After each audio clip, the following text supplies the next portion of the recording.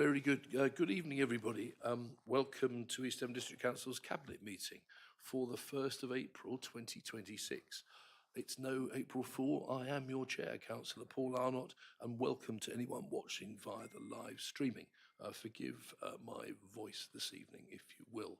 We'll now start the meeting by doing a roll call of Cabinet Committee members here present with Amanda, and please declare any interest, Cabinet, if you will, as we go through.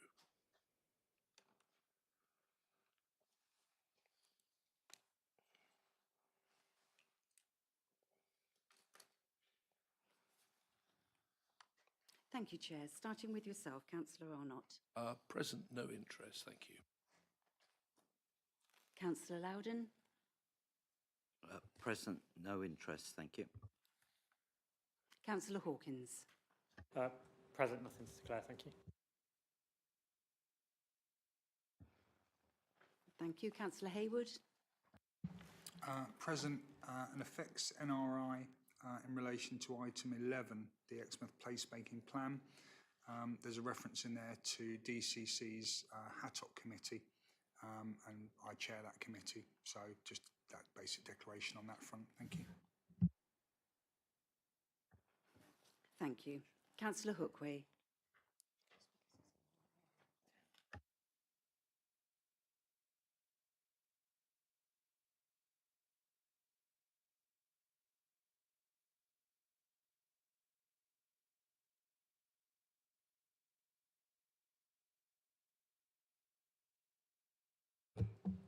Present, and agenda item 11, member of Devon County Council and Exmouth Town Council.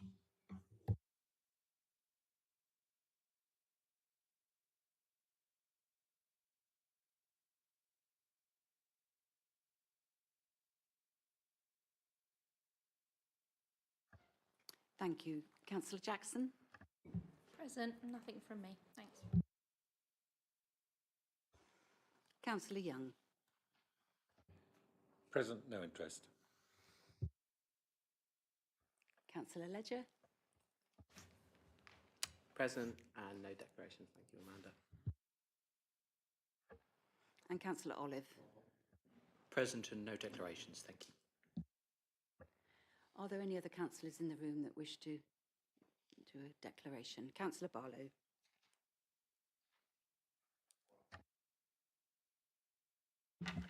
I'll use mics. Items 14 and 15 are to do with Sidmouth. I'm a member of Sidmouth Town Council. Again, just letting you know.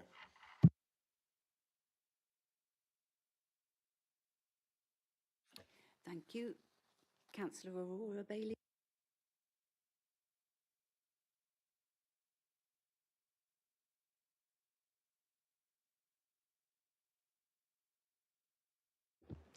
Thank you. Item 11, I'm an Exmouth Town Councillor. Thank you. Thank you. And did Councillor Brian Bailey have his hand up? Item 10 and item 11, I'm a member of Exmouth Town Council.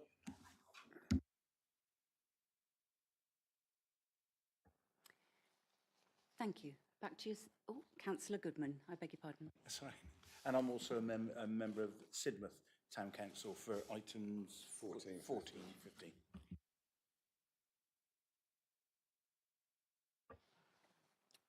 Okay, back to yourself, Chair. Thank you very much.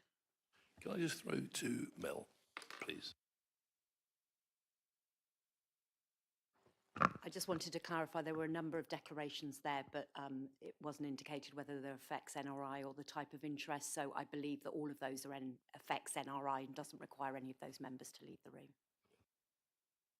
Thanks, Mel, very much. I think maybe we could. I think all these declarations of people on town councils it's on your ROI. I'm just wondering, moving forward whether we need to do it each time. But anyway, let's talk about that another point. So, agenda item 1, the minutes of the previous meeting, 4th of March 2026. Does anybody have any comments on those, or can we take those as recorded in the drafts? Good, thank you very much. Those meetings are then recommended to be agreed, those minutes. Agenda item 2, apologies. We have apologies from Councillor Richard Jeffries from Cabinet. Any other significant apologies we're aware of? No, thank you very much. Agenda item 3, declarations of interest, we have already done. Agenda item 4, public speaking, there is nobody present. Agenda item 5, matters of urgency, there are none. Agenda item 6, confidential or exempt items, there is one which we are dealing with at agenda item 20. Agenda item 7, the minutes of scrutiny from the 5th of February 2026. There are recommendations there. You can see on page 9 about our old friend glyphosates. Do members wish to make any particular recommendations on this item, or can we agree to move forward? Good, thank you very much. We move forward. Thank you, scrutiny as ever. Agenda item 8, minutes of strategic planning from the 3rd of March. These can be found on page 16 on the agenda. Quite a technical one about the Cranbrook Category 4 infrastructure contributions. Anybody wish to make any comment on that? No, in which case those move forward without further specific recommendations. Thank you. Right, agenda item 9, towards a delivery vehicle for Malcolm and the wider growth corridor. And you can find this on pages 28 to 40 of your agenda. And this item is going to be introduced by our Director of Place, Andy Wood. Andy, please. Thank you, Chair. Good evening, members. So I'm going to just cover a few points up front, then I'm going to hand over to Joe Wharton, who's kindly joined us from Homes England this evening as well. So the first point I wanted to touch on was just to explain the relationship with the National New Towns programme. And we've come off a recent announcement on the 23rd of March, which has caused a bit of confusion. I just wanted to be absolutely clear around the relationship with that national programme. So to explain that, we put in or responded to a call for evidence back in December 2024. There are around 100 or so responses there. Subsequently, the independent task force, the New Towns task force, shortlisted Malcolm as one of 12 locations nationally that could come through that programme. Latterly, the government's response to that, published, as I say, on the 23rd of March, has brought that shortlist down to 7 priority locations, which sadly and a little frustratingly doesn't include Malcolm itself. Important, though, to say that all is not lost. Malcolm is identified as a credible development opportunity. Subsequent to the announcement, we have had ongoing and I think productive negotiations with both MHCLG, the Ministry of Housing, Communities and Local Government, around the items in the report in front of you, including a commitment to take a seat on the Interim Growth Board, which I'll come back to, and also really grateful to Homes England and the local team who have provided some really fulsome support, I think, as well. So we're looking to, as I say, kind of agree a package of support, which, whilst we may not be one of the 7 priority locations, still really very much emphasises the credible development opportunity going forward. And that is critical, I think, from my perspective. This remains the key strategic proposal in the local plan. We need to be on site in 2029. And we will be very unusual at that point. Not quite unique, because I think there's also South Cambridgeshire currently, but there will be 2 new towns being delivered at the same time. Important to say equally that we will be responding fulsomely to the current national consultation, and when the details of that became known, the recommendations of this report were tweaked to ensure that that response comes back to Cabinet as well. In terms of the main recommendations, what is in front of you is a 3-stage model that ultimately culminates in the establishment of a locally led development corporation.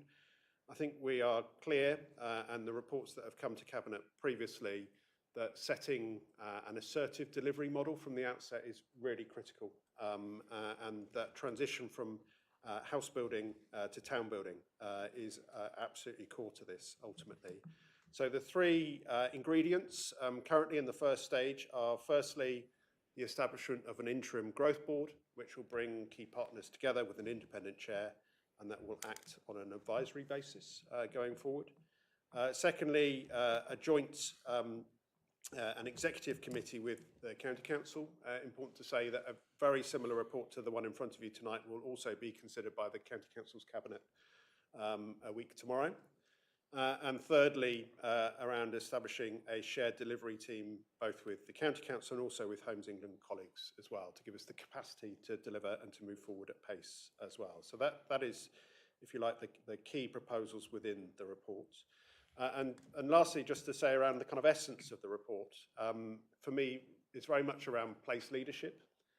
We know from experience of the last 15 years that delivering new towns is both complicated and a very long-term endeavour as well. We're talking 30-year timescale here ultimately. We need to focus on. There are lessons that we are looking to apply from Cranbrook, both good and bad, in terms of good practice and things we need to improve upon.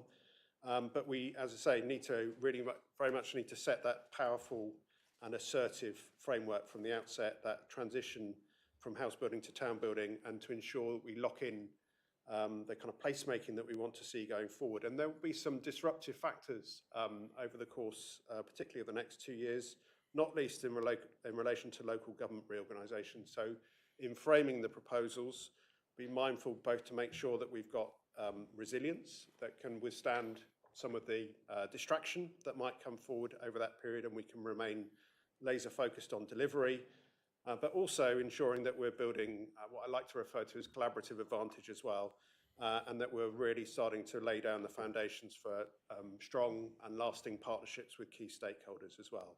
So that's the essence of the report, Chair, and I'll hand over to Joe and say thank you again for the fulsome support you've given to date. No problem at all. Do I need to? I think to do that. Excellent. Thank you very much, Andy. Good evening, Chair. Good evening, councillors, members. Thank you very much for the invitation to come back today to talk again about the Malcolm proposal. I'd just like to say, on behalf of my team particularly, just congratulations and well done to Andy and his whole team, and Councillor Olive and you yourself, Chair, for what has been a really excellent proposal, and will continue to be a really credible proposal that we intend to support. We supported this before it entered into the New Towns process. We've supported it through that process and will continue to support it as it moves on. It is absolutely vital to say the SEA consultation is not concluded. Final decisions have not been made. So until that that consultation has finished, there's still discussions and decisions to be had. I would encourage everybody, whether locally, organisationally or individually, to respond to that consultation to make sure that government get the full breadth of the support for it locally, and make sure that government hears just how keen you want to support it. I joined the call with Andy, with Cathy Francis from MHCLG last week to talk through what a package of support may look like outside of the New Towns programme, and we'll continue to work with MHCLG on what that is. What I can say is, as of today, Homes England has stood up the National Housing Delivery Fund, the National Housing Bank, and about a month ago we started our new 10-year social and affordable homes programme, all of which will be constituent parts of what will make this work. I think that one of the most impressive things about this proposal is your absolute openness to take the lessons that you learned from the delivery of Cranbrook, make sure that they are implemented from the very start. Your approach to working with landowners or people with options on the land, your infrastructure first, the fact that you have the full cooperation of the county, all of these are absolutely to your credit, because it's not always the case. So yeah, I'm really happy to support that. We will take a seat on the interim growth board in whatever shape or form that you wishes to, and we'll continue to advocate for both resource, whether that's human resource or financial resource, to go into the project however we can. I think comms is a really important thing. The announcement of the SEA consultation, the publication of this paper, clearly just fate was against us there. However, I have spoken to my Director of Comms within Homes England, and we're looking to see how we can't make sure that the world hears that where you are on the consultation does not limit how we think about this proposal and how we want to take it forward. The trajectory is the same, the momentum is the same, and I look forward to working with you and Andy and the team to get to site in 2029. Thanks, Joe, and thanks, Andy, very much for that. So coming for further reflections to the portfolio holder, who Joe has quite rightly thanked, as I would as well, Councillor Todd Olive, please. Thank you, Chair, and thank you to Andy and to Joe for helping flesh out the issues for us to discuss this evening. I'm not going to repeat much of what has already been said, but there are some points that I think need drawing out, not least from a political perspective. Firstly, can I emphasise, and I'm sure I speak for colleagues around the room, what a really very serious disappointment it was to receive the news in the last fortnight that government had not put forward Malcolm as a preferred option in its consultation on the strategic environmental assessment for the New Towns programme. Our experience from Cranbrook is very clear. A passive approach leads to piecemeal development and to the under-provision of the social infrastructure and placemaking outcomes that make a town into a community. To tackle that market failure and deliver outcomes that create those genuine communities, local government, we, must take a more assertive and interventionist role. Our vision for Malcolm, taking our substantial government-set housing requirement and making it work for local residents by delivering an infrastructure-first, high-quality and sustainable new community, builds on that lesson. And the case for Malcolm to be in the New Towns programme as a result, I believe, firmly speaks for itself. We have robust evidence to back the programme, the best prospect of delivery at pace within this Parliament, and real experience from Cranbrook to enable us to avoid the inevitable pitfalls that come with new town development.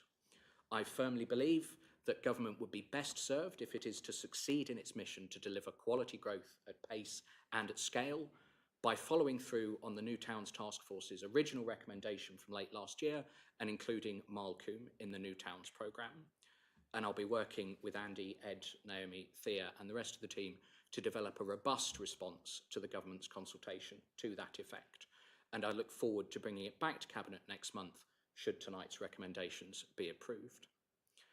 I am pleased to pick up on the point that Andy and Joe have raised, that MHCLG have resumed constructive, I think, discussions with us about targeted support for Malcolm. But frankly, Chair, I will reserve judgment on that until we have a clear steer on the extent to which that support is actually going to go.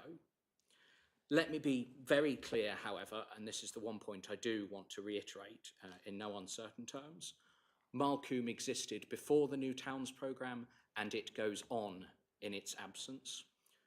We've been supported throughout this progress, frankly, above and beyond the call of duty by our partners, both at the County Council, and in particular, I'd like to record thanks to Fergus Pate from their Highways team in that respect, and by colleagues from Homes England, from where Helen Bone and Joe Wharton, who is with us tonight, also have my, and no doubt the administration's, thanks.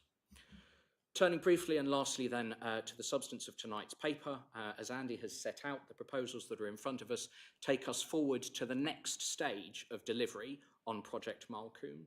They're about creating the shared oversight, decision-making and delivery functions that we need to move the new community forwards. And I look forward to voting for them shortly, Chair. To finish then, I'm happy to propose the recommendations that are set out in the report. Thank you very much. Before we go into debate, just looking for a seconder for that. So we've got that on the table. Anybody in Cabinet? Councillor Loudon. Thank you very much indeed. Councillor Barlow, please. Thank you, Chair. Just interested on the joint committee. I see that yourself and Councillor Olive are sitting on it. Totally agree with Councillor Olive. I just wonder, because it's a joint committee with Devon County Council, are you the right person to sit on it? And will you have enough time? And will you not be, should there not be someone from Devon County Council there? Will there be someone from Devon County as well? I just wonder if you're the right person to sit on that committee. Thank you. Thank you. Anybody else from outside of Councillor Collins, please? Thank you, Chair. I'm well pleased that the government has rejected Malcolm. They have listened because I understand the Farmers Union and many other organisations have spoken up to the government about the risk of taking this grade 2 agricultural land, which I believe is 1,500 acres. That can produce a lot of food. There are several wars going on within the world. A lot of food production land has been affected, and some of it has been contaminated and lost for food production. Food prices have gone up considerably in the recent time. The last week, tomatoes from Spain have doubled in price. One of the best areas for growing tomatoes in Spain has been subject to drought for a number of years, and it will not grow anything now. They can't even grow vines there to produce olives. No, and there's an awful lot of devastation with rainforests have been cut down in many, many countries, have led to a lot of flooding, soil erosion. The Sahara Desert expands by 50,000 acres a year. We cannot afford to lose food production land. It must be kept. We'll have nothing to feed our grandchildren, future generations. No, and Malcolm, you're destroying agricultural heritage, which is very important. We must keep our heritage. No, I think you're allowing greedy planners to run riot once again like they have in other places. So I'm well pleased. Thank you. Thanks, Councillor Collins. And I think, respect as ever what you say. I think the counter argument is that those patches of land are likely to come forward for development at some point in the next 30 years. And under the current government framework, they would be likely to be successful. So the question is, do you do that in an ordered fashion within an envelope that has got a proper governance arrangement, or do you just let it happen? Would be my response to that. Councillor Goodman, please. Thank you. Well, I'm of the view that it's a great shame that it's not been granted. In my first comment will be to Oliver, is that does this mean that it's going to be more difficult for affordability for the council to afford to develop this? And 2 or 3 other questions is, could you explain the 58% internalisation of trips? I found quite interesting. I just wonder if you could explain a little bit, because I think that's really important, how that's going to happen. I know you're going to have more businesses than that, but I think that's really key to this, one of the keys to this project here. But then you look at page 38, the £2.4 million support, where is it coming from? That's a real question for this council to answer. And my final comment would be back to the risk, and really to Andrew with this one. He's rated it a medium risk. It may be medium, might be medium high. But have we done a proper detailed analysis of all the risks? I don't want to see it, mind, but it's so important, the risk to this. And as long as we've done it, I just think it's worth just mentioning that. That's all I've got to say. I'll look to Councillor Olive to begin to answer some of those. Todd, thank you. Thank you, Chair, and if I do miss any colleagues, please do forgive me, there were a few in there. Firstly, on the composition of the decision-making board, so Councillor Arnott and I would be the 2 East Devon representatives. There will then also be representatives from the County Council and I believe also the Combined County Authority. Sorry. Voting. Thank you, Andy. Question 2 on, was that the affordability one? Yeah. How are we going to deliver it given the substantial cost? Yeah.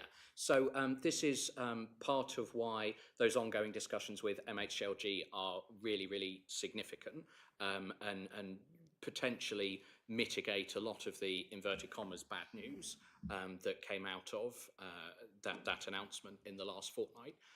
Because frankly, if we are not in the New Towns programme, but government gives us what we wanted out of the New Towns programme anyway, then the label might be helpful in some contexts. It gives us a bit of a you know, it's a prestigious label. It sort of elevates the project from one of regional significance to perhaps one of national significance, and maybe changes the game in that respect there.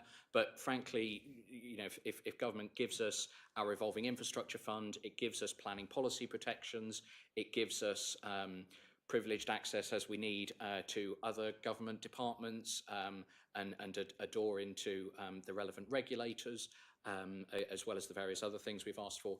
Frankly, you know, I can live without the label. I'm not fussed about that.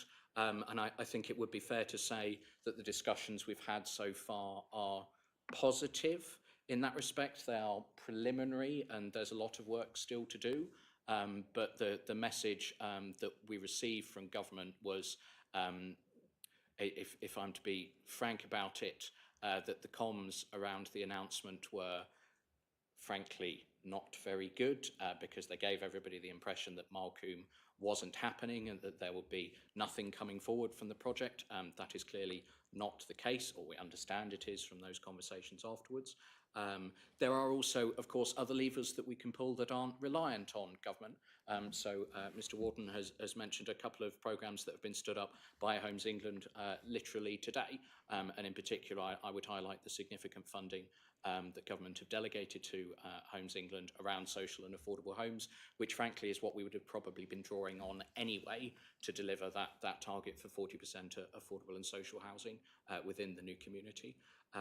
So that's a really long-winded way of saying it depends, I suppose, but certainly all is not lost at this point, and very far from it, I would suggest. In terms of the 2.4 million for bringing forward the Development Corporation and progressing the other work that needs to be done, that is part of the ask of government, is the really short and simple answer. There are potentially some other levers that we might look to pull to push locally, but we are pushing quite hard, it would be fair to say, on not altogether deaf ears, that frankly, if government want us to deliver to what is frankly a really significant contribution to their growth mission, then they need to back us, because this isn't the sort of thing after 15 years of what was it, Simon, 24% real terms budget cut for shire district councils on average, and then the destruction of a fifth of our budget over the next 2 years because of business rates rebasing. It's simply not something that they can reasonably expect us to do without support. So we remain cautiously optimistic, but optimistic nevertheless. And there was the internal travel point that Mike made as well. Do you remember?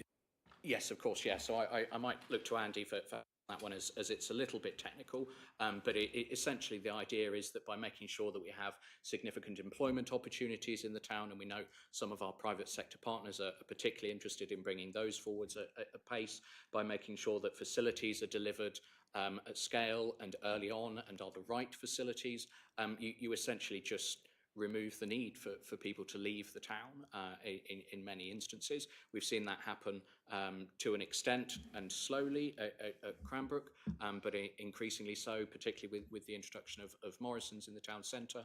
I don't know, Andy, if I have missed anything. Exactly right. I think there are some critical kind of infrastructure plays. I think probably the one that's really good practice from Cranbrook is the early delivery of schools. The primary school was available from the time the first 30 homes were occupied, and the fact that you could take your children to school, didn't have to leave, didn't have to drive, that is part of what we mean by internalisation, and that's a critical part of the focus going forward, including, as Councillor Olive has said, around local employment opportunities, so that full mix of uses that's within the master plan, alongside the other ingredients such as active travel, high-frequency bus routes, that are all part of that mix as well going forward. Thank you very much, everybody. So just a reminder that this report came forward and the first draft came through prior to us knowing anything about the decision about the new town status. And I think it's really helpful just to be honest, which is a lot of us were very upset by that, as Todd has indicated last week. But a week is a long time in politics, and there is politics in this, and obviously Plymouth, were suggesting that they had some, although they weren't in the scheme, that they were a sort of +1. And I understand why they did that, because the MP there has to. And we don't have a Labour MP working for us here. But I think the thing to do is just put all that behind us. It's fantastic to hear that there are such constructive, professional officer and member relationships with MHCLG and with Homes England and with the other stakeholders. And that's what we need to focus on now in the public interest, really, moving forward, rather than scoring political points. It's tricky because there's so many moving parts at the moment with LGR as well. It's not easy being the British government. In a way, we have to say, look, they are doing their best in difficult circumstances. So let's give them a hurrah for the Newtown scheme at this stage, subject to Councillor Oliver's report at the next Cabinet. I think it's probably the best way to say. Cabinet, any further? Yes, Councillor Loudon, please. Well, Chair, I never thought I'd hear you say those nice things about the government, but there we go. We live in interesting times, as they say.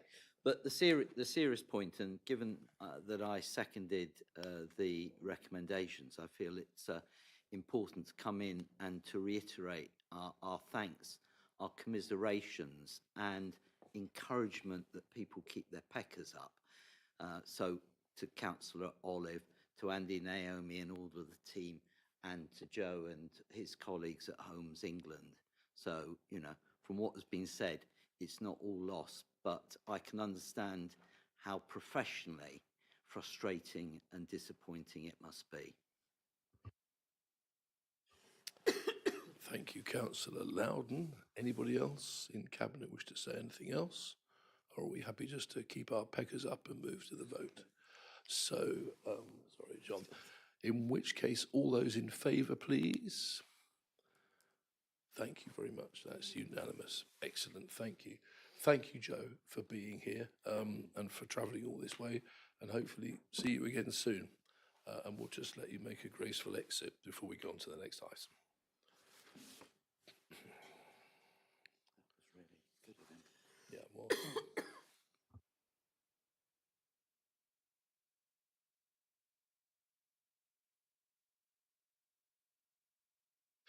Right, thank you very much, everybody. Agenda item 10 now is the Fear Park and the Green Park Broadclist resurfacing works. This is a contract above £100,000, and that's why it's come to us, pages 41 to 42. I've got it here being presented by Scott Cumming, the project civil engineer, but perhaps it's Tom. Thank you, Chair. Yes, I'm presenting on behalf of Scott tonight, as it's a fairly procedural report. Essentially, we are needing to enter a contract above 100k for resurfacing of both Fear Park and the Green Car Park in Broadclist. The recommendation is that delegated authority is granted to the Director of Place in consultation with the portfolio holder to award the contract over 100k. The only thing to add to this report is timelines that may be of interest. We're hoping to complete both projects in May, with the Fear Park resurfacing taking about a week and a few days for the Broadclist car park resurface. Thank you, Chair. Thank you very much, Tom. Members from outside of Cabinet. Yes, Councillor Brian Bailey, please. Thank you, Chair. I'd just like to ask a question. During this resurfacing works, would this include the area around the public toilets at the top of Fear Park? Because that area, the tarmac is a bit of a mess. And I was just wondering if it should be included in the general paths as well.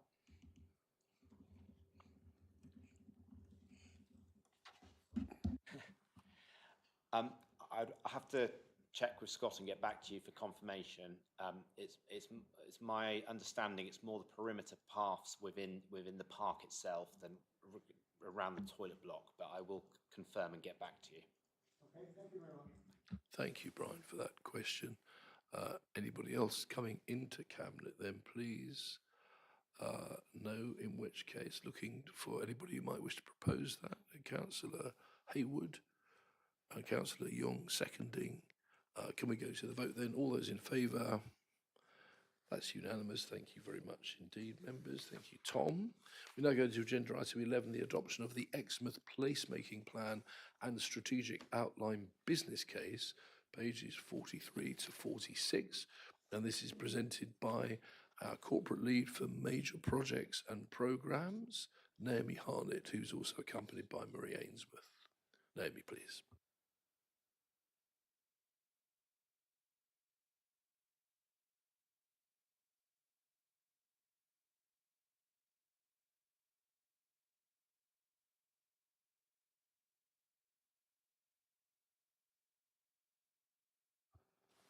For the benefit of those enjoying this meeting on YouTube. Here we go. Sorry, Chair.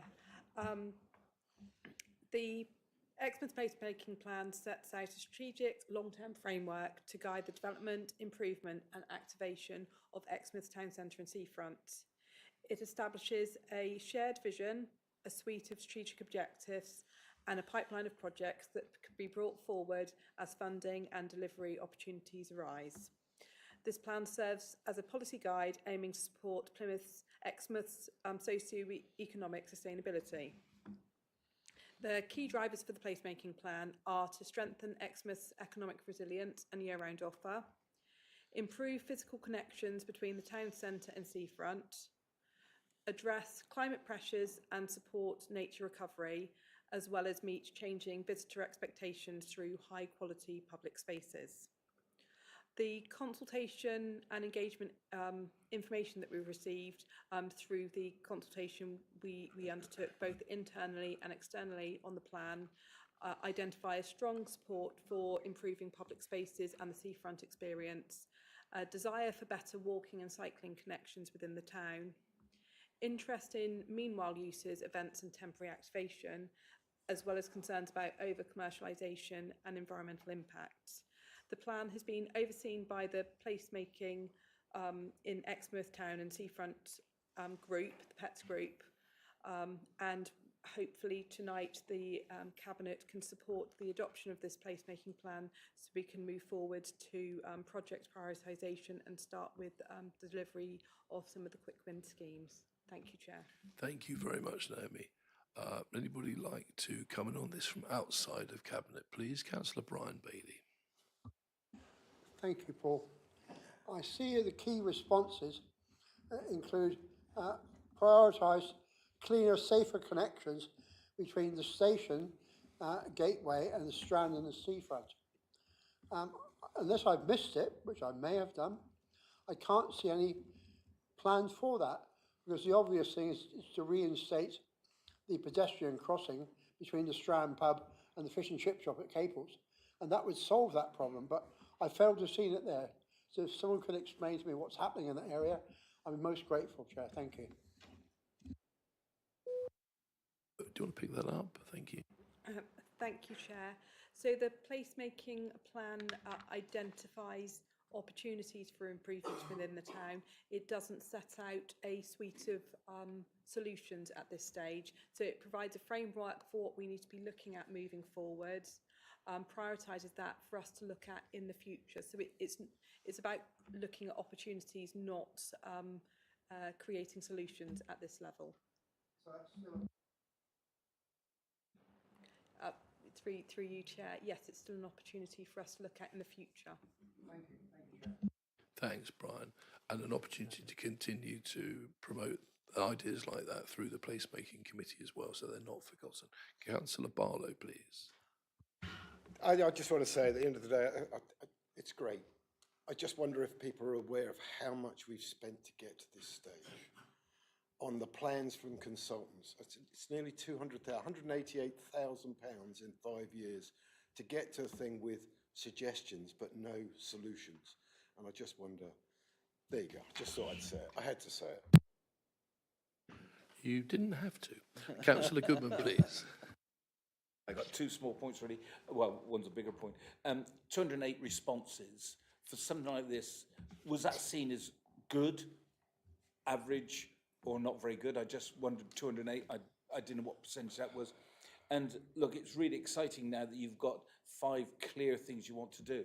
is the next step then deciding some sort of priority with those, and then how you would afford them? Will it be ongoing, that there will be a structure that says, yes, we want to do that first and that second? Because I think people of Exmouth would probably like to know that. Thank you. Thank you, Chair. With regard to the responses, it was an adequate response rate. Certainly the in-depth conversations we had when we had the 2 public consultation events within Exmouth, many of the residents were really grateful for the removal of some of the more challenging projects they felt were undeliverable within Exmouth. And so I think that we had that lower response rate because some of the challenging projects have now been omitted. If we had continued to have those within the plan, that we would have probably seen a higher response rate with higher levels of negativity. With regards to moving forward, we'll still be meeting regularly with the PETS group to identify priorities. At this stage, there is limited budget available for taking forward on forward plans, but with the input of Devon County Council and also Exmouth Town Council, we'll be able to discuss prioritisation of some of the quick wins and the more cost-effective projects and how we can support those collectively to move them forward. Thank you, Naomi. Thank you, Mike. Anybody else outside of Cabinet? Yes, Councillor, coming back to, I'll come to Aurora Bailey first and then back to you, Brian. Thank you, Chair. I would like the Cabinet to push this forward if they can, please. I support it. It's been going on a long time. We would like to see something done on the placemaking, and I hope you'll be in favour of it, please. Thank you, Chair. Thank you for your support in that, Aurora, and that it has taken a long time is absolutely noted, and it has. But I'm really grateful for the new officer input that's come in over the last year that has kind of resurrected and turbocharged it a bit. But we do need to monitor progress, no doubt about that. Councillor Brian Bailey, please. Thank you, Chair. Following on from Aurora, I see here they're looking for wayfaring, better ways to get from the town centre to the seafront. Well, these are already in existence and well used. You go through the station, through the Strand, through the Manor Gardens, through the beach walk, to the bathhouse, and you're on the seafront. What it's missing is signposting for tourists. Not the local people know it, obviously, but that would be, if there is such a thing as a cheap fix, mentioning what Rory said she'd like to do, that could be one of the things that could be done relatively inexpensively and in a short period of time. And I think that would progress along with a pedestrian crossing at the railway, obviously. And that would solve a lot of these problems. Thank you, Chair. Yeah. Sorry, I'm going to pretend to be Councillor Loudon for a minute here. So, spot the difference, really, isn't it? Yes. So I think that's what's the inverted commas, the quick win is what the signage is what he's trying to do. But back to you on that, Naomi. Thank you, Chair. And so the wayfinding has been identified as a potential quick win, and that would be a project in conjunction with Exmouth Town Council. But it's for us to start discussing once we've got adoption of the plan, which has been endorsed by both the Town Council and also Devon County Council through this process. Thank you, Naomi. Okay, thank you, Brian, for the question. So into Cabinet now, please. Councillor Hookway. Thank you, Chair. Thank you to Naomi for her presentation and all the hard work that she's done recently towards bringing the plan to fruition. I think the key phrase, certainly for me, is that of shared vision. And we've taken a very long time to reach a shared vision of how we wish to see developments on Exmouth, those developments in terms of environment, how we'd like to see sites developed in terms of perhaps events towards active lifestyle, and also the improvements of the public realm. Exmouth is very unusual in that we have a very large amount of land that is owned by the District Council. There is huge public interest in what we do on that land, and I am absolutely confident that what we've done over a period of time is to gain the confidence of residents towards doing the right thing and discussing it in an open and transparent manner. We have, I believe, with a plan that is finally adopted, for many we will take away uncertainty that has existed and perhaps sometimes controversy. And for businesses, we are already providing opportunity, and that opportunity will continue to exist because the plan will give them a very clear guide of exactly the sort of improvements and developments and issues that we are looking for. Yes, it's taken a long time. Yes, it has cost a lot of money of consultants. Whenever you deal with property, the price of consultants is very high. That's really unavoidable. And I think when I thought about this and I knew this question was coming up, I remembered a time before I was elected, on the previous council, where developments were proposed on Exmouth seafront, and the first thing that happened was that legal action took place. And legal action is the last thing we want. It's very expensive and costs way more than we'd have to spend on consultants. So with our shared vision, with this plan, we will avoid those sorts of disputes and disagreements that were so damaging to Exmouth and its reputation and basically its culture.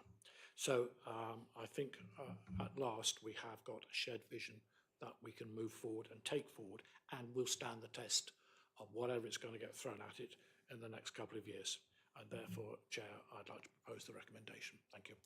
Thank you very much, Councillor Hookway, for that. Would anybody care to second that, please? Councillor Young. Would you like to say anything, Councillor Young? Yes, please. Yeah. Exmouth is already a very nice place to visit. In fact, I was there today, enjoying myself. And in recent reports, it's been said it's a wonderful place to live. So it's not trying to repair a damaged town. It's to improve and enhance an already very nice place to live and to visit. So in that case, now you've got my total support that we need to carry on what we are doing at Exmouth. Thank you. Thank you, Councillor Young. Anybody else within Cabinet? So we have a proposer and a second. Cabinet, could we go to a vote, please? All those in favour? Thank you very much. And that is unanimous. Now we head for the next few items into the great outdoors.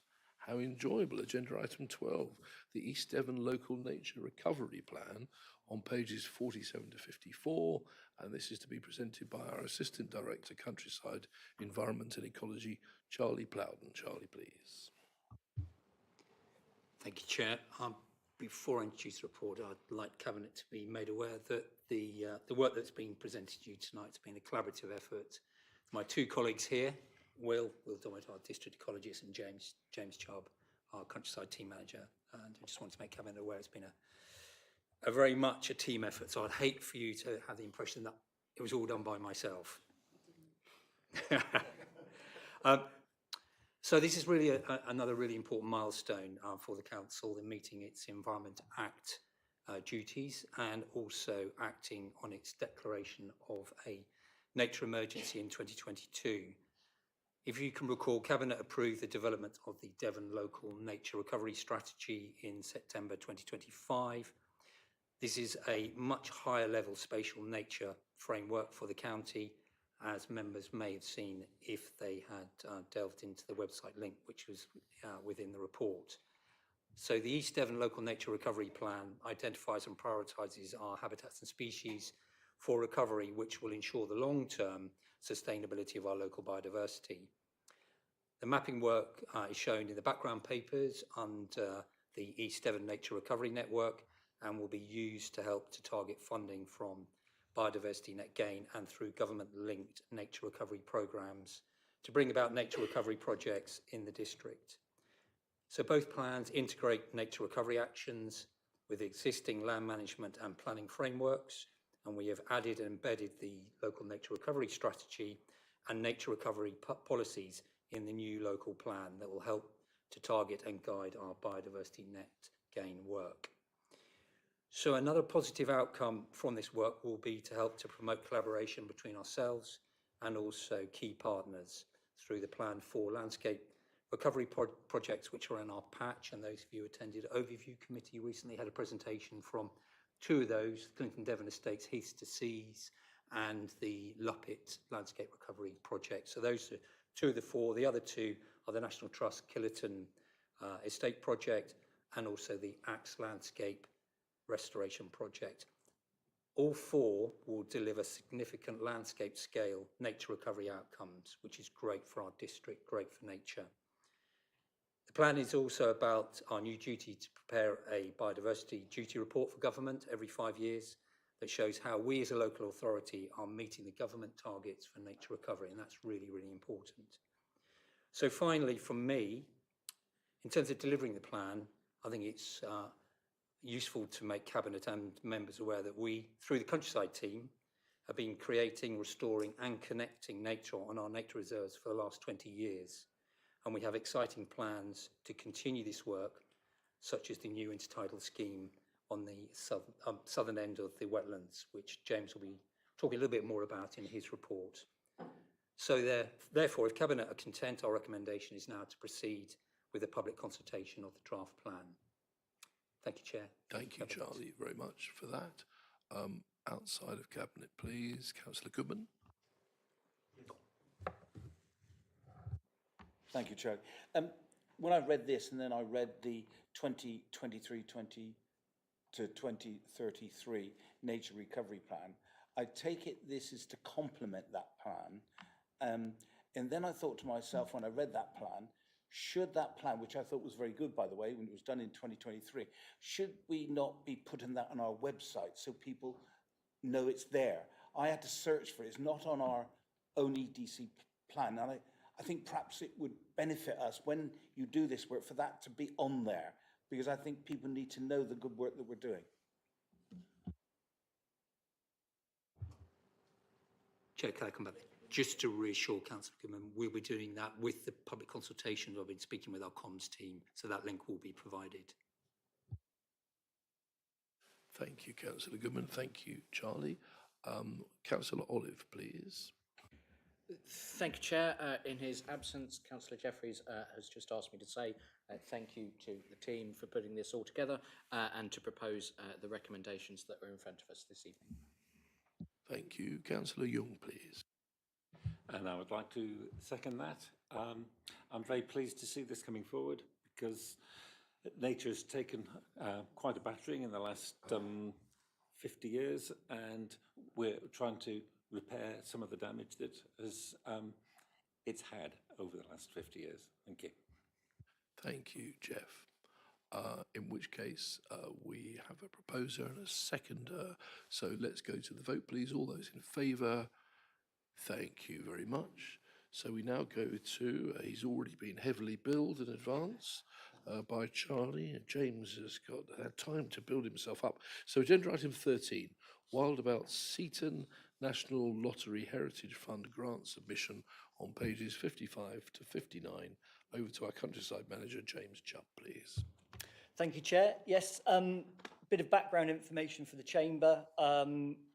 Funded from some of the receipts of the sale of the building formerly known as Seaton Jurassic, we commissioned a report looking at an interpretive master plan for the area based around the concepts of natural Seaton, which underpin the original building's function. And during that process, it highlighted the potential for a very compelling lottery bid. An expression of interest was put in last year, late summer, and that was greenlit in the autumn. And since then, we've formed a partnership project that we've titled Wildabout Seaton, a bit more active, encouraging people to get out and explore. We're involving the partners, as you've seen in the paper, and major partners, Seaton Tramway and Seaton Museum, are on board with outputs that they can see from the project. The main outputs will be habitat creation at the southern end of the wetlands, as Charlie alluded to, with 7 hectares of intertidal habitat created behind the sea wall, which is a big civil engineering project, plus some freshwater grazing marsh of 12 hectares to create down at the southern end. Really importantly, from a tourism driver perspective, creating a southerly entrance to the reserve so that the main impact is from the long stay car park in Seaton, and we don't get 124,000 people a year coming halfway towards the town, having a lovely visit, and then disappearing again. They come into the town and start their experience from there. The development of a Wild About Seaton trail and accompanying app, which will guide people around the natural crown jewels of the town, the Undercliffs National Nature Reserve, Lyme Bay Reefs offshore, the wetlands further inland, and then extending down the Southwest Coast Path to Beer for the Beer Quarry and Caves network with the bat assemblages. And that will be a physical interpretation and also intellectual access as well through that trail. Augmenting the Seaton Museum's natural history exhibit, which is rather tired at the moment, but could do with a bit of a boost. And also pulling together a enhanced engagement and events program, not only from Countryside team, but across businesses and partners in the town. So permissions sought for us to submit a full application for the May deadline. That would give us a decision by August. And if that is successful, we would be looking for that decision to greenlight 1 year's development phase with a project manager and an engagement officer working solely on this within the team. And then that puts together the timeframe for funding, gets all the legals secured, the contracts out to tender, and then we'd have a timetabled 3 years of delivery to actually create the habitats, create the access, the new bird hides, and the buzz in the community. Thank you. Excellent. Thank you very much for that, James. Councillor Barlow, please. Thank you. I just want to say well done. I think for Seaton, for East Devon, it's brilliant. It's not only good for biodiversity, it's not only good for it, but it's good for economy, tourism. There is no downside to it that I could see. So jolly well done. Thank you very much. Excellent. Doesn't happen very often. Councillor Goodman, but I thought there was a but coming there. So you denied me comically cutting you off. Yeah, Councillor Goodman, please, who I'm sure is coming in complete agreement. No, I just agree with Ian there. Just one point, on your impacts, you've got climate change, it's got medium impact, but no comments. I wonder what your thoughts were on what medium impact it would have. Flooded. Yes, thank you, Chair. It would be a positive impact. The carbon sequestration of intertidal habitats is extremely carbon hungry. So we've identified match funding that's needed to complement the bid, and that includes a generous contribution from the District Council's Carbon Reduction Fund. So Catherine's very much on board with it. It's this paradox, isn't it, that we're trying to stop cliffs falling down, and on the other hand, you know, every cloud has a silver lining. I really welcome, I was just looking at the stakeholder group, and the chair is Kate Hine from Devon County Council, who's an excellent officer, and I think, again, there's fruit here from working, the county and the district working very closely. I work very closely with Kate Hind at County because she's also the lead officer on water and is taking part in setting up the conference in November, which we'll be involved in too. So it's a great looking team there, and thank you, James. Coming in, also, I suppose I should declare an interest. I am the county councillor for Seaton, so I don't think that gives me any problems, but it's a disclosable, non-pecuniary. What is it, Mel? Go for an effects NRI. I'm Thank questioning you whether very it, much. Thank you question for- whether it is that at all, but No, yeah, effects NRI. it's better to declare than I did learn all this by heart 2 years ago, then forgot it all. Forgive me. Councillor Hayward, please. Thank you, Chair. I'd be delighted to propose the recommendation. I suppose my only question, a bit late at this stage, is on the stakeholder group as listed, there doesn't seem to be any representation from Seaton Town Council. Is there a reason for that? Yeah, that was my oversight, sorry. I put down the wrong email list. Paul, can you just turn off yours? Thank you, so we get... Yeah, we do, sorry, we do have a Seaton Town councillor sat on the stakeholder group. I was going to ask you exactly the same question, and then I thought, ooh, should I ask? So thank you, Paul, for that. Councillor Jackson? Happy to second. Thank you very much. Any other contributions? Councillor Young? I was going to second it as well, but just like to say thank you, James. I totally love it.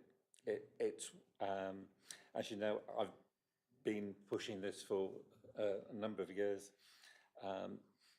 and hopefully we'll see it delivered very, very shortly. There seems to be some sort of competition between Seaton Wetlands and the Lower Otter.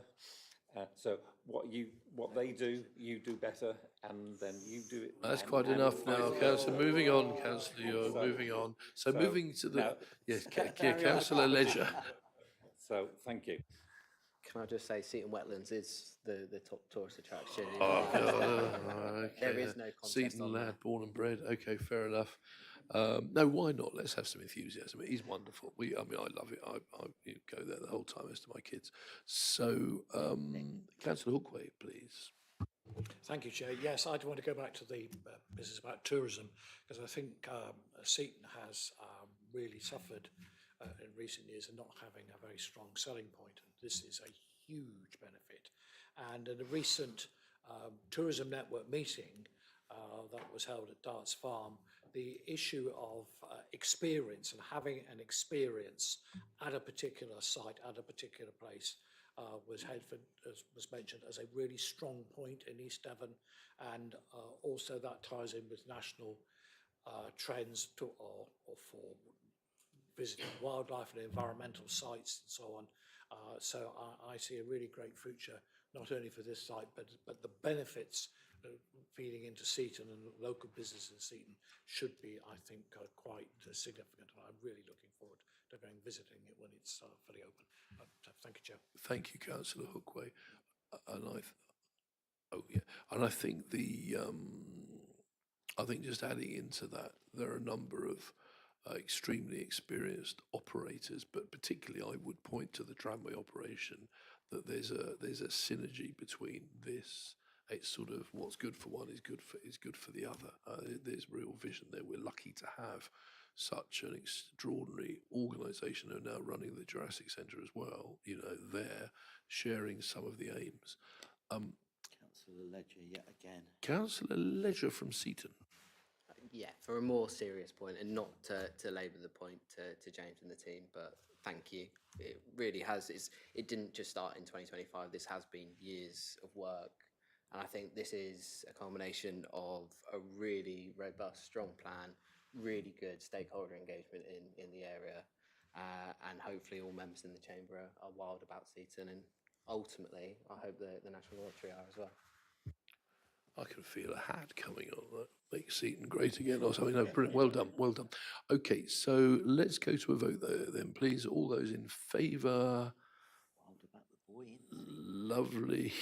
Thank you, councillors. Very good. We stay outdoors, but with a slightly more challenging item now at agenda item 14, which is Tom Buxton Smith, and this is about the Sidmouth Jacob's Ladder platform seawall and slipway repairs, and this is another one which is how the environment changes and helping us. So over to you, please, Tom. Thank you, Chair. It's the first of two Sidmouth papers in a row. This one is more procedural, again asking to enter a contract above 100k. It's for the repair of the seawall around Jacob's Ladder and the West Beach. There's a photo in the report which shows the state it is. The work was attempted a few years ago, but the beach, as it does, changed dramatically and covered up the problem. It's now presented us back with the problem, so we need to deal with it. Unfortunately, through the passage of time, our contract elapsed with the previous contractor, so we are in the process of retendering it now. The aim is to start after the Easter holidays to make use of other works going on at Jacob's Ladder in terms of this beach hut replacement programme. However, I've heard today that there may be a delay in procurement of some of the items. So depending on how all the other issues at Jacob's Ladder area pan out, we may seek to push ahead but have a slightly later delivery, or may need to make good for the summer season and come back, as we're well aware we're impacting businesses and the residents in that area, and we don't want to prolong this, and we would normally like to do this work in the off season. However, being right next to the sea, we can't do it in the winter. The optimum time is April and into May. But we'll just have to watch that situation and update everyone as we are doing. We're doing weekly updates to ward members and town council and businesses on this and the other issues. Thank you, Chair. Thank you, Tom. That's very clear. Thank you. Coming to Councillor Goodman first, I think it's time. First of all, Tom, thank you very much for keeping us informed. Your updates are really appreciated, and I hope the difficulty you just explained can be resolved. Just two questions. On page 61, your climate change, you've got high impact, but nothing in there at all on why it's a high impact. And I would suggest there needs to be some words in there. Also in the risk, where you've identified as a high risk for public, the two questions is, are we happy, and I hope the answer is yes, that everything is being done to protect the public? And secondly, how often do we check? Because this is a moving feast, I understand that. Do we check that everything is in order? Thank you. Thank you for those questions. Climate change, I guess it's how it's viewed in terms of impact. This is in part related to climate change, with arguably stormier seas, exposing more of our unchangeable coastline. So I agree, I could put some text, but I also accept it, perhaps maybe a medium impact may be more appropriate for this one. And I'll seek to amend that. Regarding the risk, we are visiting the site. I'm visiting weekly, and members of the street scene team are there daily looking. The photo in the report is an old photo. We've since had other contractors go in and cut all that steel as short as it will go, removing the immediate hazard to the public hurting themselves. However, it's still untidy and obviously not there is still ongoing risk to the structure being exposed in that way. So the repairs are still needed. We can't simply just keep removing the physical sharp steel, but that is the primarily risk to the public at the moment, because we can't secure the site being a beach. The fences don't last more than a tide or a storm. So hopefully that's answered your question. May I just add, I think that what is just been explained now, the fact our street team are going there daily shows the seriousness that they're taking this, and that should be commended, because I didn't know often, but the fact you're going daily, I think, and you're going weekly, shows the seriousness this council is paid to that, and thank you for that. Very good, thank you. Councillor Rickson, then Councillor Barlow.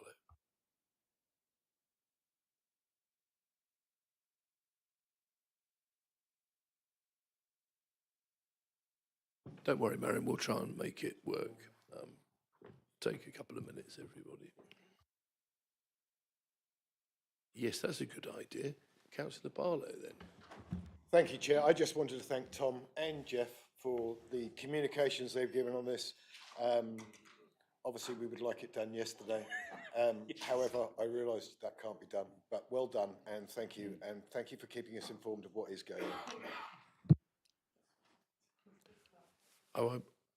Oh, thought you might be objecting to the price, Councillor Barlow, but Actually- you're okay with that, are you? I don't mind the prices. I mean, it's obviously fairly high, but I believe that Tom is very good at keeping the cost down on these things and not using consultants to unnecessarily. I suppose, touche. Councillor Aurora Bailey, please. Thank you, Chair. I would just like to wish Councillor Young and Tom success on the Sidmouth Wall, because they did such a wonderful job at the Exmouth Sea front wall and the railings, and I think you did an amazing job there, so I'm sure whatever you decide to do, it will be good. Just wanted to pat you on the back. Thank you. That's really good of you to say that, Aurora. Much appreciated. Thank you. Councillor Rickson, please. For the purpose of this comment, I've changed sex and I've been promoted to be a director. But I would just like to say that I'm really pleased that something is being done about the Jacob's Ladder platform, because this is such an iconic feature of the beach.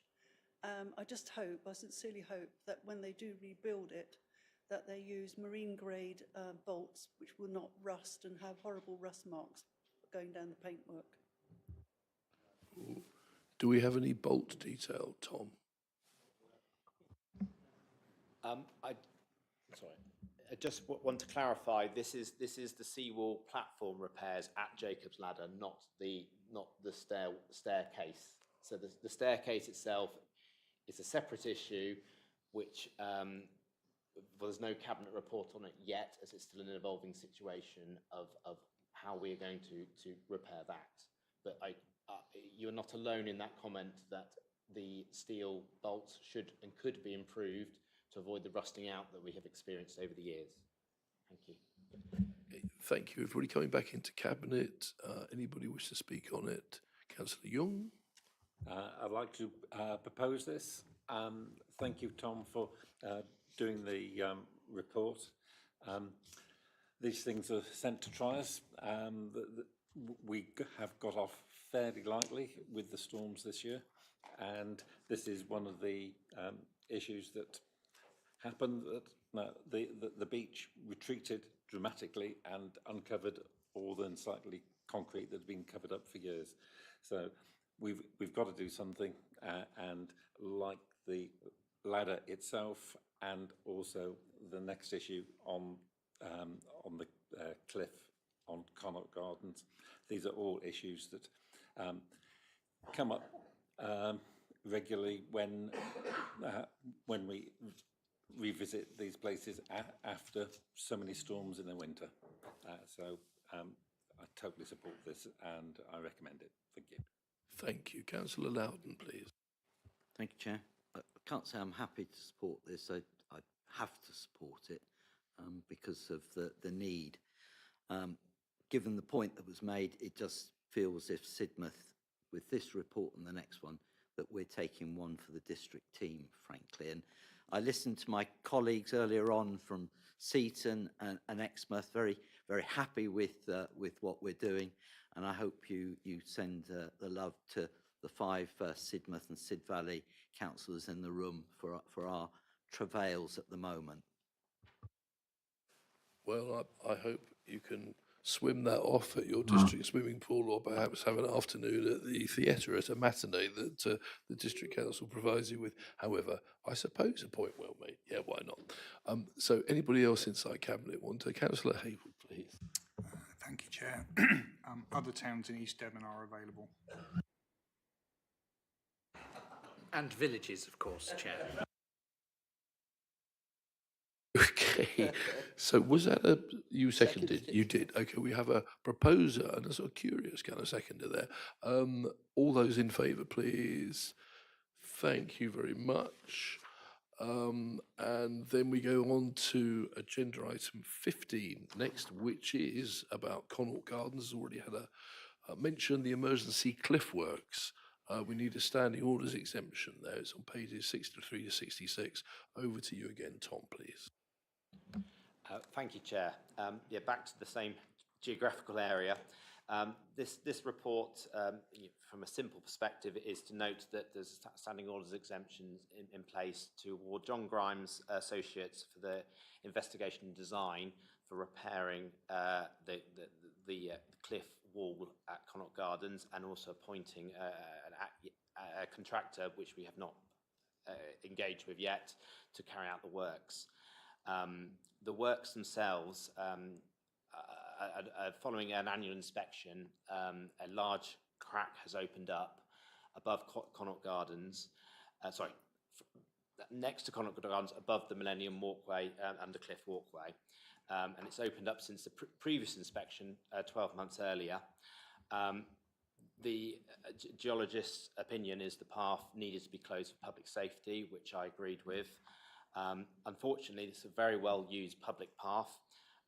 It accesses business access to Jacob's Ladder Beach and the West Beach.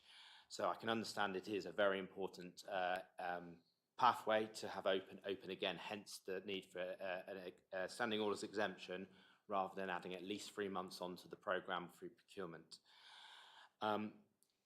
Although not in the paper, there are several issues going on at Jacob's Ladder, which it's a bit like spinning plates in terms of we have the staircase itself, which is currently out of action again following an annual inspection. It failed this year.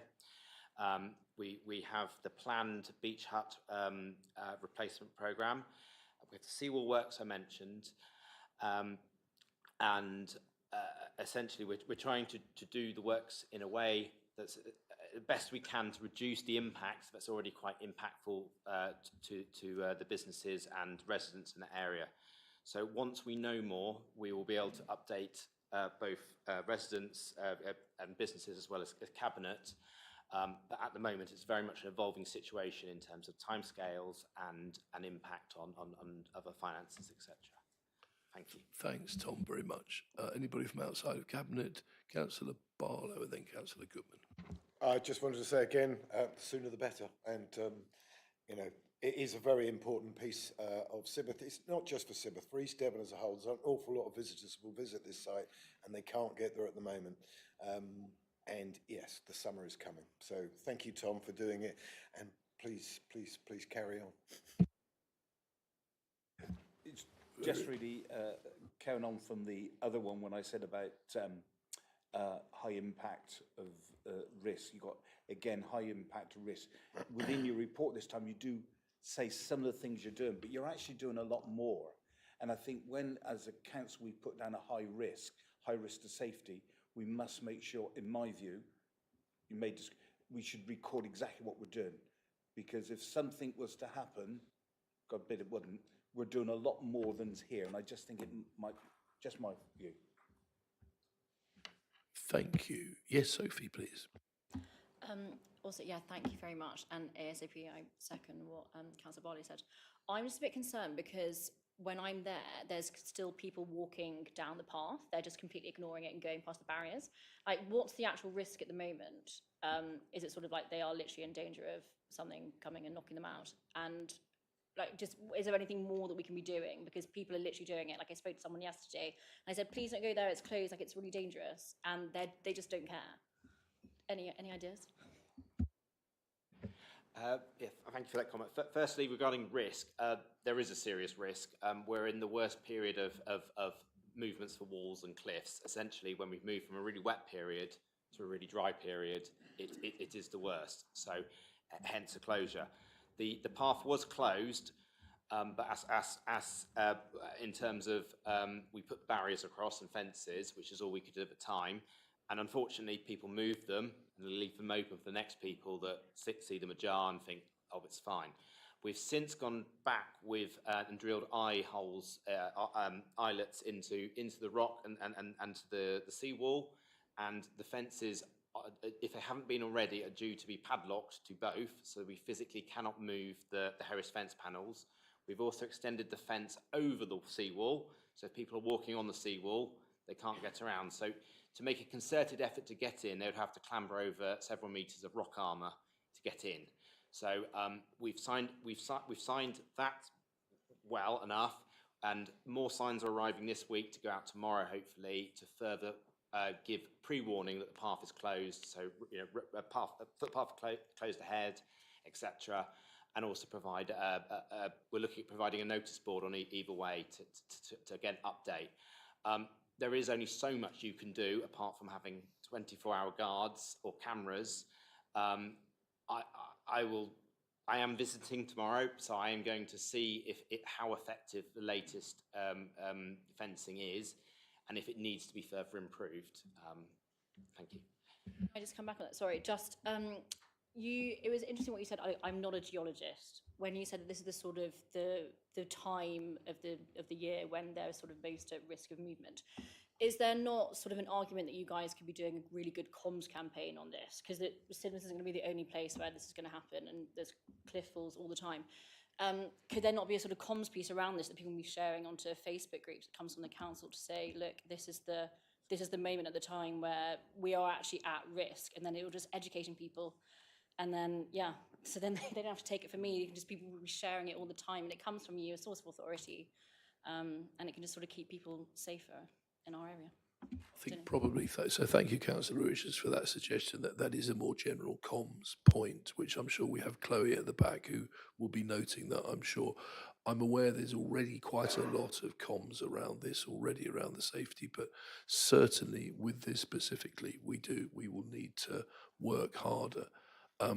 It's incredibly frustrating, isn't it, that some members of the public, I mean, if you go just over the border from me, you go to Lyme Regis or Charmouth, it is unbelievable what people do standing at the bottom of those cliffs. And you just think it's like the Darwin Society, isn't it? Right, thank you very much indeed for that. So, Cabinet, coming back. Councillor Faithful, please. I was just going to comment that when we were having the footbridge dismantled in Octree, there was youth still walking across the bridge as the contractors were there, starting to take the bridge apart. So, you know, any promotion you can give would be appreciated, I think. Thank you, Peter. I haven't got anything to declare. Okay, very good. Yes, no, and welcome, and nothing to declare, and that's noted by Amanda, I'm sure. Right, so anybody want to come forward? Do we have a proposer for this? Jeff. It is Jeff. Again, thank you, Tom, and to our John's Grimes associates who inspect our cliffs every year. They do a fantastic job, and yeah, it's something that we have to close the Millennium Walkway at the moment. It is very serious. It's not a couple of pebbles that might fall. It's a lot more than that. I saw the photographs today, and it'd be quite a mess if that came down. I think it's important to say, you know, for Sidmouth and tourism, that the West Beach is still accessible. You just have to go around the top, don't you? Councillor Loudon, please. Thank you, Chair. I will second this, as I did previously. Picking up on the point, quite often people make jokes about health and safety, and I think what colleagues have talked about this evening reinforces the fact that on things like this, we are not risk averse at all, and that we are doing everything we can to try and protect people. And just picking up on the point that colleagues have made about stupidity, I mean, we have it the other end of Sidmouth at East Beach, where we've tried to make it difficult for people to get on to East Beach and to walk under the falling cliffs. But what do? They walk along there. They even sit and picnic and take their little ones there. You know, as long as we are doing everything we can possibly do, I commend our officers for this. I just wonder, in terms of the comms, we've got the information centre, the TIC there, and I wonder, and I know this is extra work, but if you're putting up notice boards down either end of the Millennium Walkway, if we had one at the TIC around there somewhere, I just wonder whether that might be... there's only so much we can do, but, you know, Okay, thank you. It's a good suggestion, John. So we've got a proposer and a second. Anybody else wish to contribute, or can we go straight to a vote? Let's go straight to the vote. All those in favour, please. Thank you very much indeed. Agenda item 16, the Woodbury Neighbourhood Plan, the Examiner's Report, pages 67 to 79. And Andy Wood, Director of Place, is kind enough to present that this evening. I think Councillor Oliver was going to introduce it, Chair. Ooh, was he? Oh, okay. Councillor Olive, thank you. I could be really flippant and just say, thank you, Chair, I present the report, and turn my microphone off at this point. Thank you very much. So moving to the vote. But I won't. I will, however, keep it brief. Cabinet have seen many reports of this type over the years. Essentially, the Woodbury Parish Neighbourhood Plan has now been through an independent examination. Officers have taken a look at the examiner's recommendations and proposed modifications to the plan, and are satisfied that the key issues have been addressed, and are recommending acceptance of the examiner's recommendations. We are therefore being asked to endorse those recommendations and agree that the plan therefore moves forwards to referendum, subject to the amendments that are set out by the examiner. It is worth flagging that making that decision gives the neighbourhood plan significant weight in the determination of planning applications in the parish, so it is of some substance, but that is the decision before Cabinet this evening. Sorry. The only thing that remains for me to say is just congratulations to Woodbury Parish Council and to their steering group for all of the work that they've done on this so far. Thank you, Chair, and happy to propose the recommendations. Thank you very much. Coming outside Cabinet, Councillor Faithful first, please. Thank you, Chair. I noticed that it runs out in 2031, which is not that far away. I don't know if there's, I mean, with our local plan, we've had to adjust the date, extend the date so that we've got a time period. I don't know if it works with neighbourhood plans at all. Otherwise, you're starting to run out of it. You've done an awful lot of work for a neighbourhood plan that's almost going to run out as soon as you start it. Thank you, Councillor Faithful. Come to Councillor Olive for an answer, please. Thank you, Chair. So the process for neighbourhood plans is slightly different to that which covers local plans. So for the moment, the neighbourhood plan can only be adopted on the same timeline as the East Devon local plan. So those timelines have to match.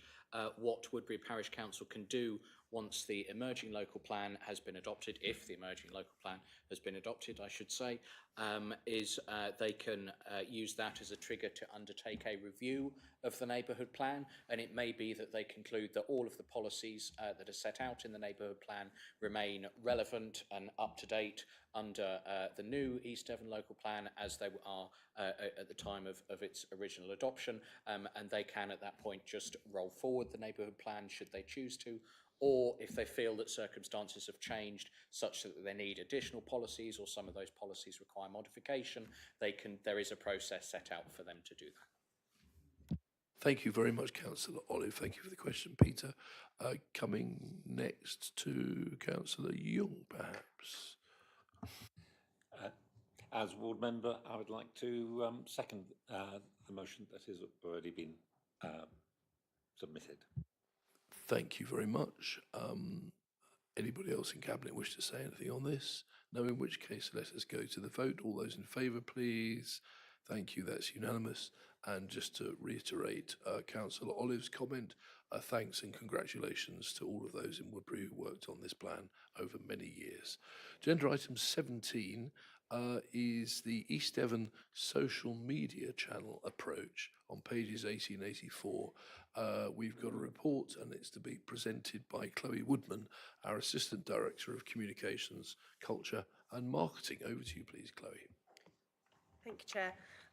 So we've put forward this report really to inform Cabinet what our approach to social media channels, and we've got some responsibilities to communicators and authority. Those are around providing information to the public to ensure transparency, accountability and compliance, and to make sure that we remain a trusted source of fact.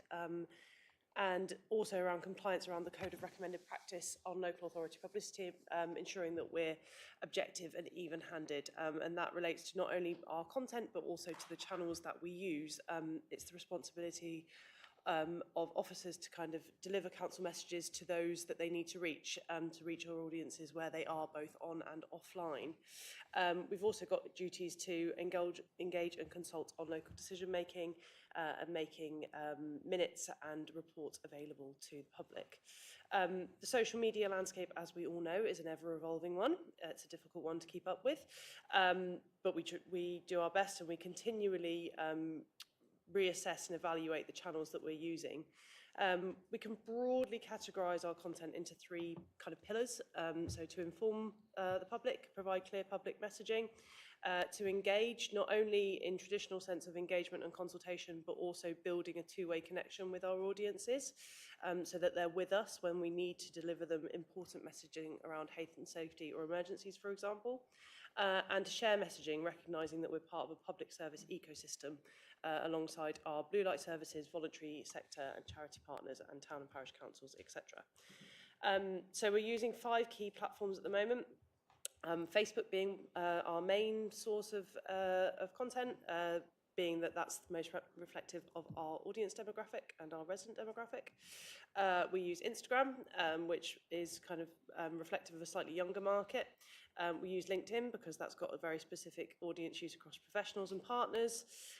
We use X, which has got particular benefit as one of the few remaining time-bound channels. So when we really need to get that public information across quickly, as we have had to several times already this year, X is a really key channel there, but we are quite sparing in our use of it, and also YouTube, which enables us mainly to kind of share democratic processes and meetings such as this. So as I mentioned, we do use X. There's an ongoing Ofcom investigation around X under the Online Safety Act. We're alive to this issue and we continue to monitor it.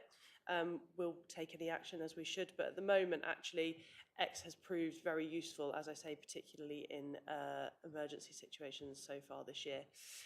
So we propose that we continue our current approach, we continue to monitor it, and that we will report that back to Cabinet on a biannual basis.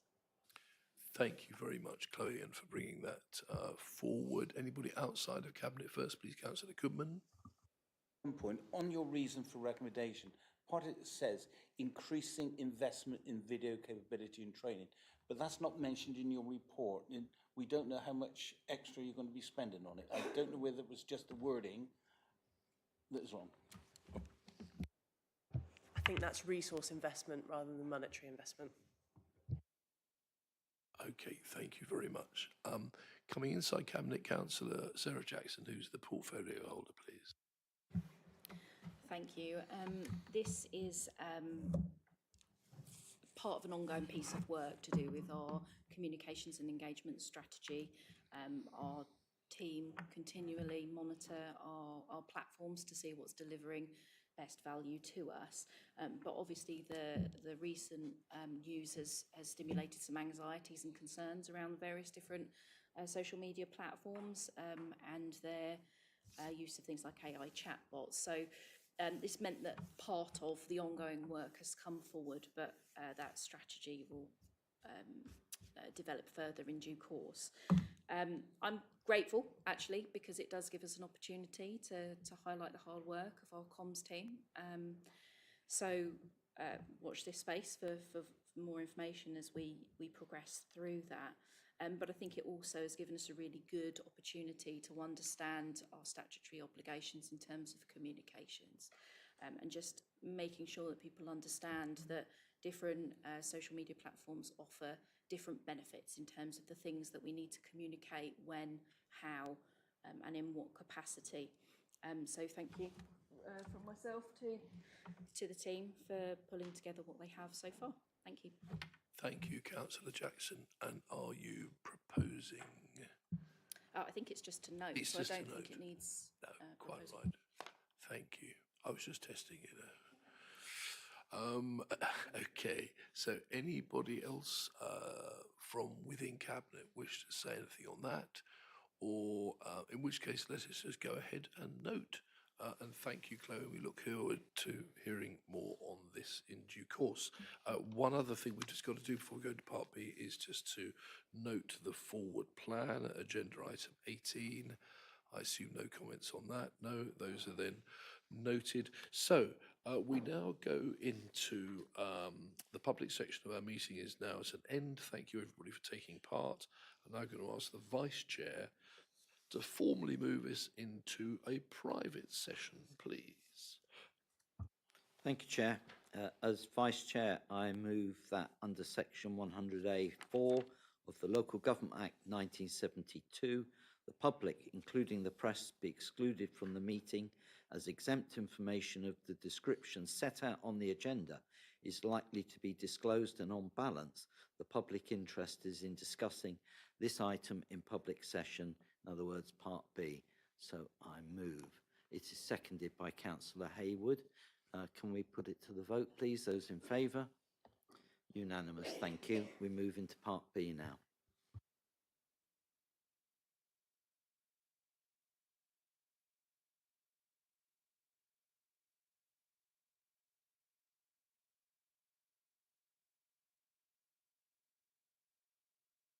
Just for those watching online, unfortunately, I've just been advised by my colleagues that towards the end, I said that we would be discussing this item in public session. What I meant to say was private session. So apologies for any misinformation there.